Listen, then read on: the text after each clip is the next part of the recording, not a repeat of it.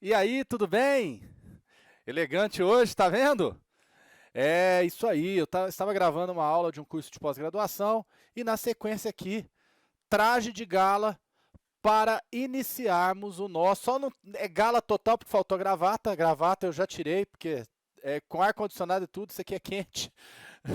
Mas iniciarmos, traje de gala para iniciarmos o módulo número 3 do nosso curso ICMS 360 graus.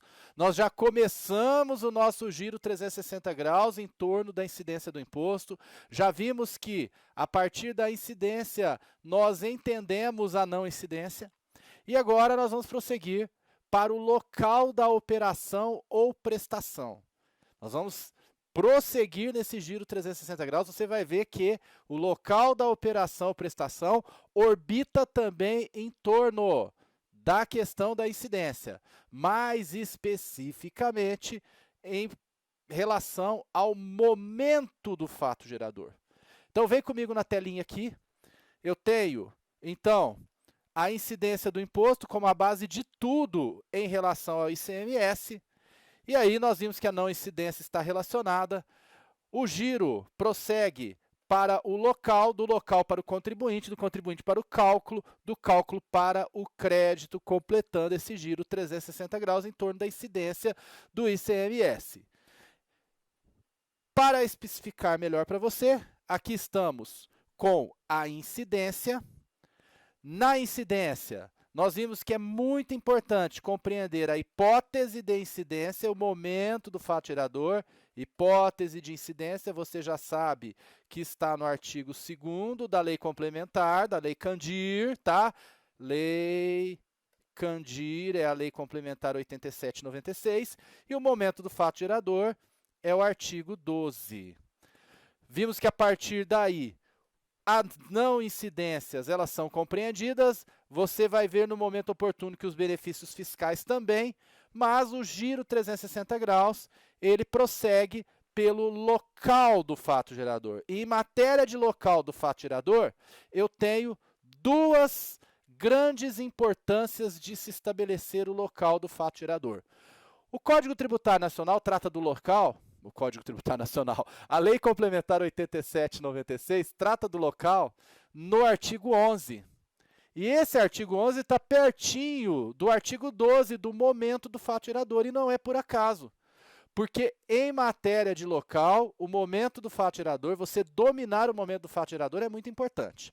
Mas primeiro eu quero que você entenda a importância de se definir o local. O CTL utiliza a expressão local da operação ou prestação.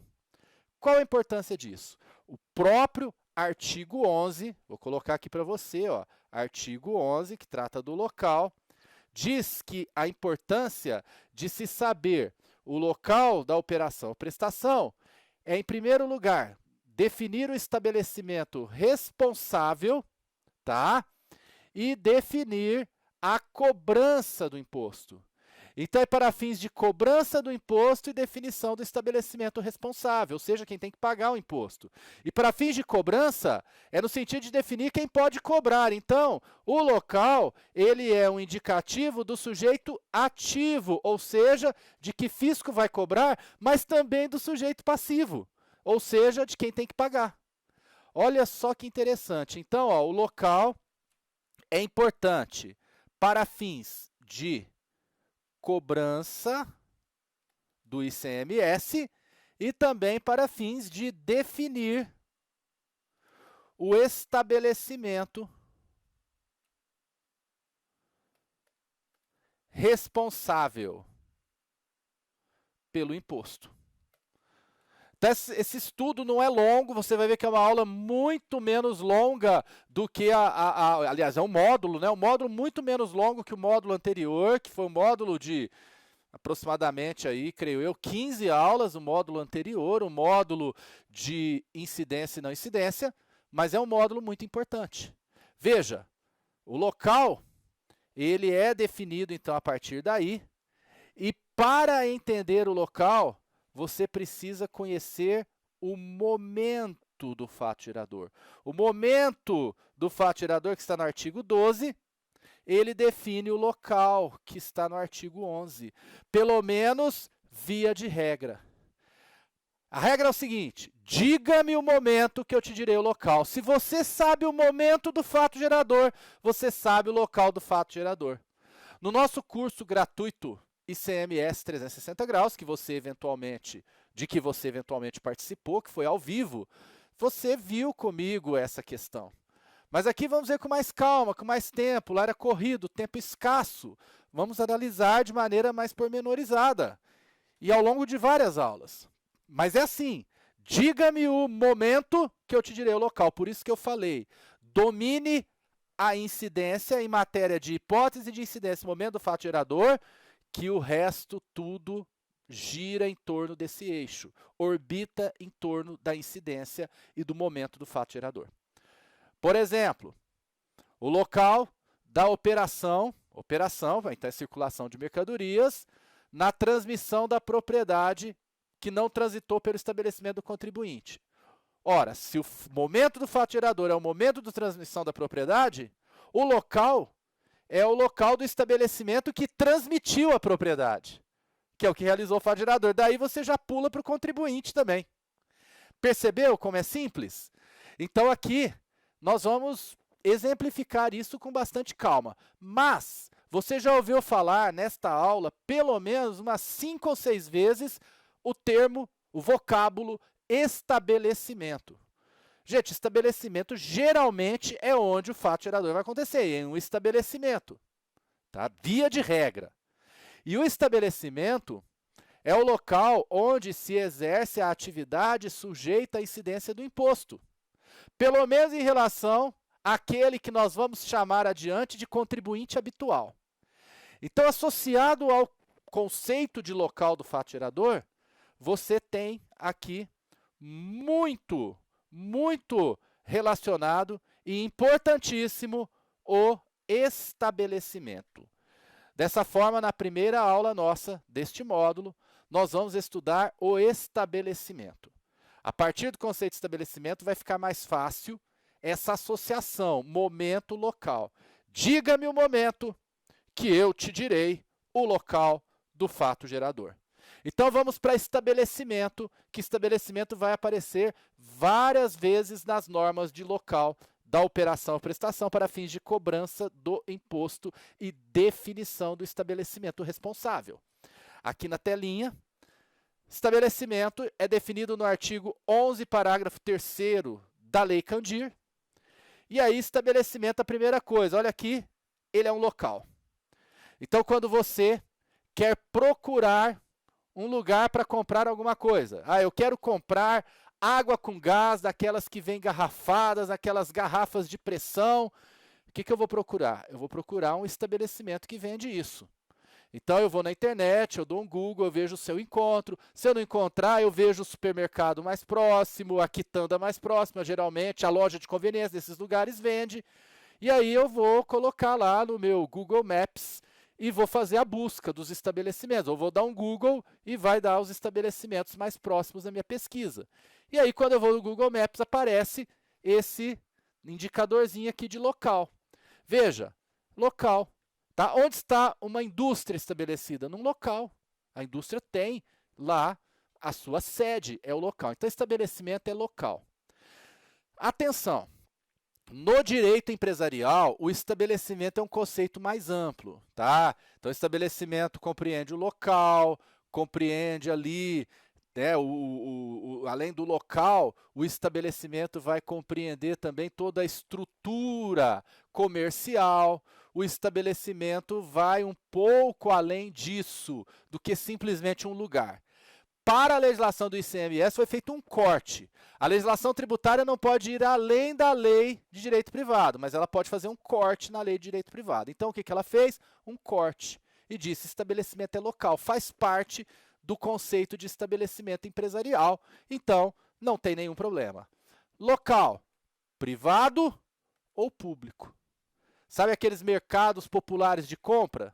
É um local público, onde se estabelece ali em boxes os comerciantes, e ali eu tenho estabelecimentos em locais públicos. O box de um mercado de compras é um estabelecimento. Ou a barraca, às vezes no mercado de compras nós temos barracas.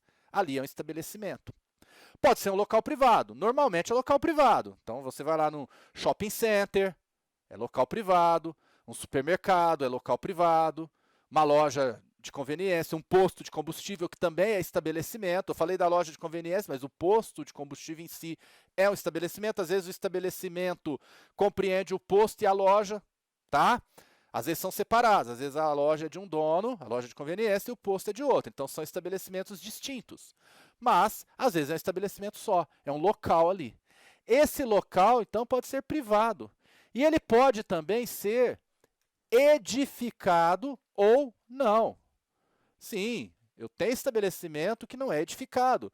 Eu já vi, por exemplo, revendedores de veículos, estabelecimentos de revenda de veículos, usados, em que os veículos ficam estacionados a céu aberto. Ali eu tenho estabelecimento que não é edificado, às vezes tem ali estacionamento de veículo, é que aí já é contribuinte do ISS. Mas se você pegar revenda de veículo, às vezes você tem ali uma mesinha, uma cadeira, um guarda-sol e está ali o revendedor, tá?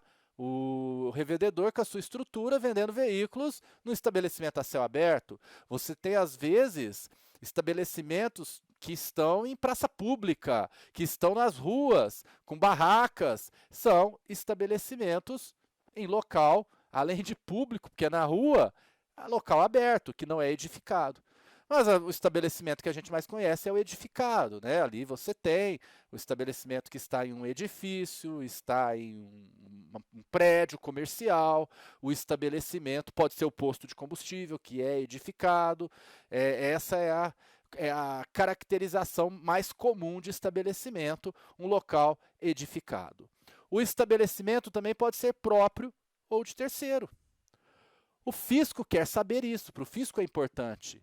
Então, quando o fisco faz verificação prévia, o que é verificação prévia? Para alguns setores econômicos, o fisco, antes de conceder a inscrição no cadastro de contribuintes, ele faz ali uma análise da empresa, para verificar se é uma empresa de verdade ou se é uma empresa fantasma, se o quadro societário ali nós temos sócios de verdade ou se são frutas cítricas, né, os famosos laranjas, as pessoas interpostas. Então é feita toda uma análise e quer-se saber também de quem que é o local do estabelecimento. Então pede para apresentar o comprovante de propriedade para saber se a pessoa está lá a justo título. Ou então, como o estabelecimento pode ser um local de terceiros, a fiscalização vai pedir para você apresentar lá o comprovante de locação, o contrato de locação, ou de comodato, se o prédio for emprestado, e assim por diante. Arrendamento, estabelecimentos rurais. Você tem estabelecimento rural, que é estabelecimento não edificado. Às vezes o estabelecimento do produtor rural é uma quantidade de hectares de plantação. Não tem nem casa da sede, não tem local de armazenagem, não tem nada, é só terra, terra com plantio. E nesse caso, esse estabelecimento aí pode ser arrendado. E aí o comprovante de arrendamento, estabelecimento de terceiros. O estabelecimento não é próprio de quem é contribuinte de maneira esporádica. Nós vamos ver no próximo módulo que o contribuinte pode ser esporádico. O que é esporádico? Alguém que realiza de vez em quando uma operação sujeita à incidência do imposto. Você vai entender isso, tá? Mas eu acho que você já tem o pressuposto, o importador. Qualquer pessoa que importa, qualquer que seja a finalidade, ela é contribuinte do ICMS na importação. Agora, existe aquele que exerce com habitualidade a atividade. Esse é o que a gente chama de contribuinte habitual. Pois bem, o contribuinte habitual é o contribuinte estabelecido. Estabelecido, ou seja, no estabelecimento onde essa pessoa física ou jurídica exerce suas atividades. E o caráter de exercício dessa atividade pode ser permanente ou temporário, hein? Feira. O feirante, cada dia está num lugar. Então, ele exerce temporariamente as atividades. Mas exerce atividade sujeita à incidência do imposto em caráter aí habitual. Então, eu posso dizer que ele está estabelecido ali naquele dia. Então, ele está estabelecido temporariamente. Todas as quintas-feiras, ele está estabelecido num local público, que é a rua, que é a praça, tá? Num estabelecimento não edificado, que é a sua barraca de feira, e exercendo a sua atividade econômica em caráter temporário, porque é uma vez por semana que ele está naquele local. Mas pode ser permanente. A maioria dos estabelecimentos são permanentes. Uma loja, um posto de combustível, uma loja de shopping center, uma fábrica, um estabelecimento atacadista. E, aliás, por falar nisso, o estabelecimento pode ser só um local para depósito também, tá?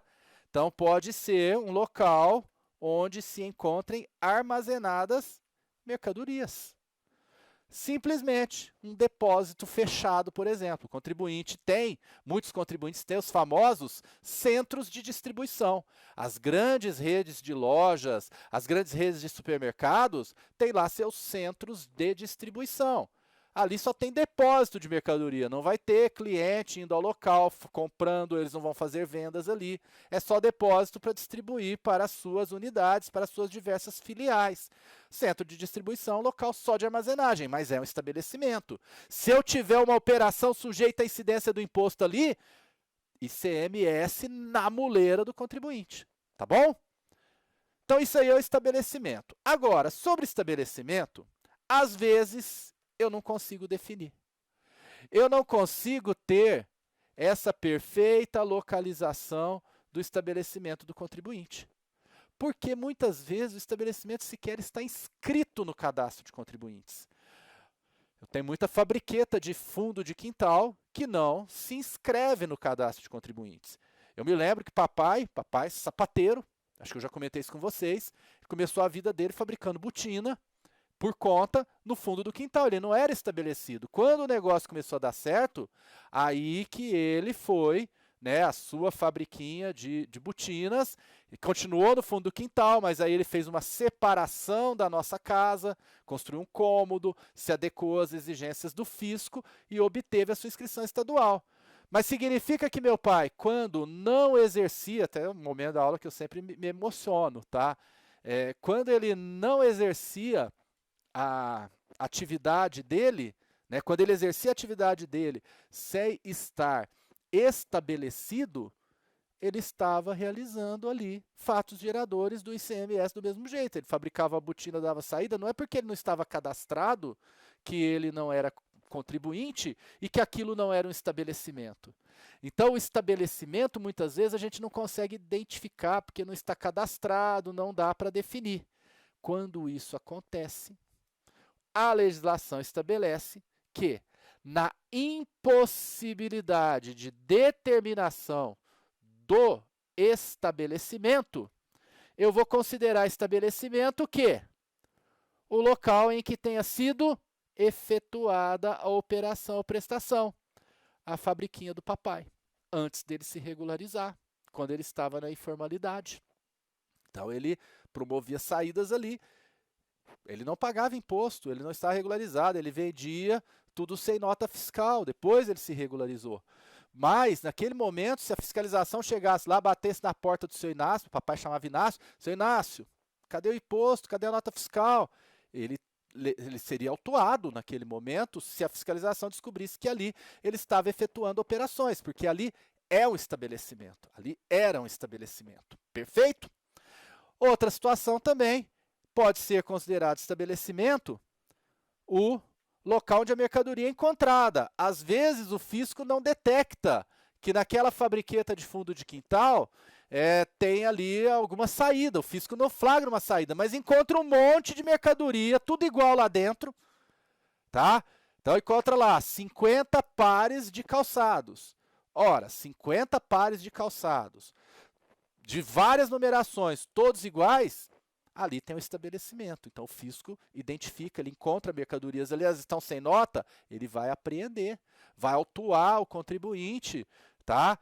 A gente vai entender isso por considerar que ali teve uma saída, tá? Considerar ali ficticiamente que teve uma saída e que tem ICMS a pagar, vai considerar que ali é um estabelecimento, vai autuar por ausência de inscrição, porque ali foram encontradas mercadorias que nitidamente estão sendo comercializadas.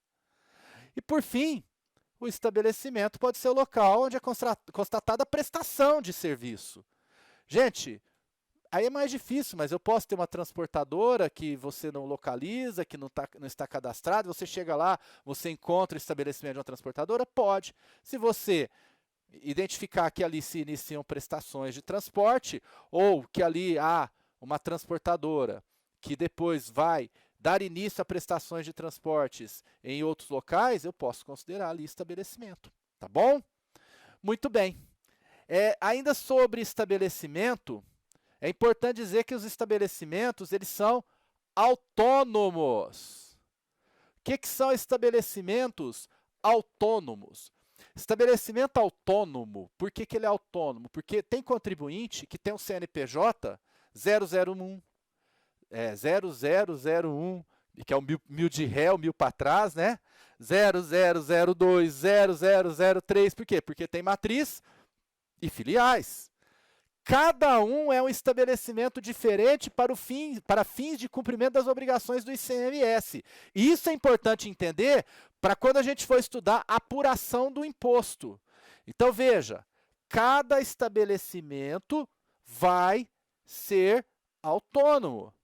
Aqui eu posso ter uma empresa XYZ limitada, com a sua matriz e a sua filial. A matriz vai ter a sua própria apuração do ICMS. Vai ter sua inscrição estadual, vai ter suas notas fiscais eletrônicas, vai ter o seu SPED, né, fiscal, que é a EFD, a escrituração fiscal digital. A mesma coisa vai acontecer na filial. A filial também vai ter a sua apuração, vai ter o seu ICMS a pagar, vai ter a sua inscrição estadual, a sua nota fiscal eletrônica, o seu SPED. Cada um vai ter o seu CNPJ, tá certo? Que só vai mudar aquela partezinha final. CNPJ base é sempre o mesmo, mas muda aquela partezinha final. Cada um é o estabelecimento autônomo, faz a sua apuração. Então, no ICMS impera a regra da autonomia dos estabelecimentos. Perfeito? Pero, já ouviu falar o pero, o mas, lá na língua, no espanhol, no castelhano? Pero no mucho, hein? Pero no mucho. Por que pero no mucho? Peraí, aí, voltou. A minha tela deu uma apagada aqui. Deu um apagão na tela. Essa tela está acendendo e apagando. Está parecendo a árvore de Natal. Acende e apaga. Mas olha só. Por que pero no mútuo? Porque a gente vai ver que o estabelecimento ele é autônomo apenas até uma determinada página. Qual página é essa? A hora que aparecem os débitos tributários. Hora que aparece débito tributário, aí muda de figura, tá? Eu vou até mostrar para você isso agora. Era o último tópico da aula, mas eu vou adiantar porque eu desenvolvi um raciocínio que me faz adiantar esse raciocínio, que é o artigo 11, parágrafo 3º, inciso 4, tá? O que nós estamos vendo aqui, ó, autonomia dos estabelecimentos, volta na telinha, é artigo 11, parágrafo 3º, inciso 2. Agora, eu vou mostrar para você aqui, ó, o artigo 11, parágrafo 3º, inciso 4, que diz o seguinte: respondem pelo crédito tributário todos os estabelecimentos do mesmo titular. Então, se há um débito tributário aqui na filial, a matriz também responde por esse débito tributário da filial. Veja, eles respondem em conjunto, ó. Eles estão dentro do mesmo quadro. Então, no momento que aparece o débito tributário, aí esquece aquela autonomia. Todos os estabelecimentos vão responder em conjunto. E por que que é assim? Imagine você, seria muito fácil, uma empresa que quer sonegar, ela faz assim, ela constitui a sua matriz, tá? A sua filial, e aí ela tira a nota só lá pela filial. Ela faz a operação tributada só pela filial. E lá na filial, ela não paga o imposto. E a matriz fica de boa. E aí na hora de haver lá na frente a execução fiscal, a ação judicial de cobrança do tributo, do crédito tributário que não foi pago, imagine se a procuradoria pudesse penhorar bens só da filial. A filial não tem bens, quem tem bens mesmo, ó, é a matriz. A matriz tem bens, ela fabrica muitos produtos, ela tem lá um parque industrial moderno, tem vários veículos, só que ela faz o seguinte, ela manda todas as mercadorias para a filial. Hoje o STF já está entendendo, inclusive, que não tem fato gerador nessa remessa para outro estabelecimento do mesmo titular. Aí o outro estabelecimento do mesmo titular é que executa os fatos geradores, porque faz a venda para um terceiro, ali que tem a saída tributada, fica devendo, não tem bens para penhorar, fica de boa. Isso não pode acontecer. Então, para que isso não aconteça, todos os estabelecimentos respondem em conjunto. A matriz vai responder por esse débito aqui da filial. E se ela tiver bens para penhora, ela vai ter seus bens penhorados. Inclusive, a CND, certidão negativa de débito, ela, quando é obtida, o fisco emite para todos os estabelecimentos. Esse é o correto. Todos os estabelecimentos. Por que eu estou dizendo isso? Imagine você que eu tenho uma empresa, tá, cheia de dívidas, eu quero participar de licitação pública. Para participar da licitação pública, concorrência pública, eu preciso ter CND. Aí o que eu faço para participar da licitação? Abro uma filial, limpinha, sem nenhuma dívida, porque as dívidas estão na matriz, e entro na licitação com a filial. Aí fica fácil, né? Então, o que acontece? Para evitar essa situação, todos os estabelecimentos respondem conjuntos. Se tiver débito na filial, matriz não tem CND. Ela não vai conseguir a certidão de regularidade tributária se tiver débito na filial.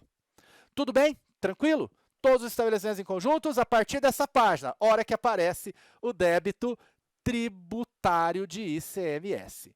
E para fechar a nossa aula, o inciso 3 do parágrafo 3º do artigo 11, que o parágrafo 3º trata do estabelecimento, você já viu?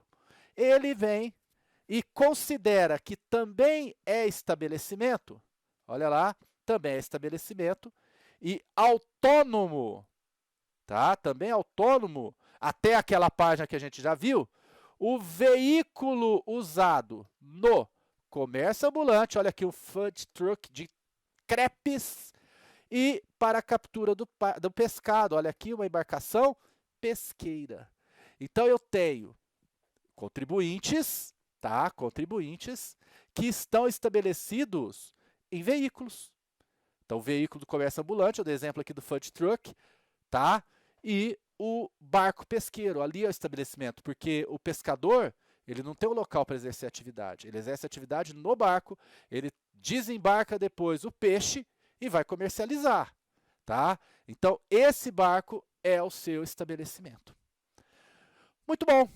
Iniciamos, então, este módulo com essa aula. Espero que tenha sido elucidativa. Na próxima aula, aí a gente vai começar a entender como que se define o local do estabelecimento para fins de cobrança do imposto e definição do estabelecimento que é responsável. Aliás, o local da operação ou prestação para fins de cobrança do imposto e definição do estabelecimento responsável. Até lá!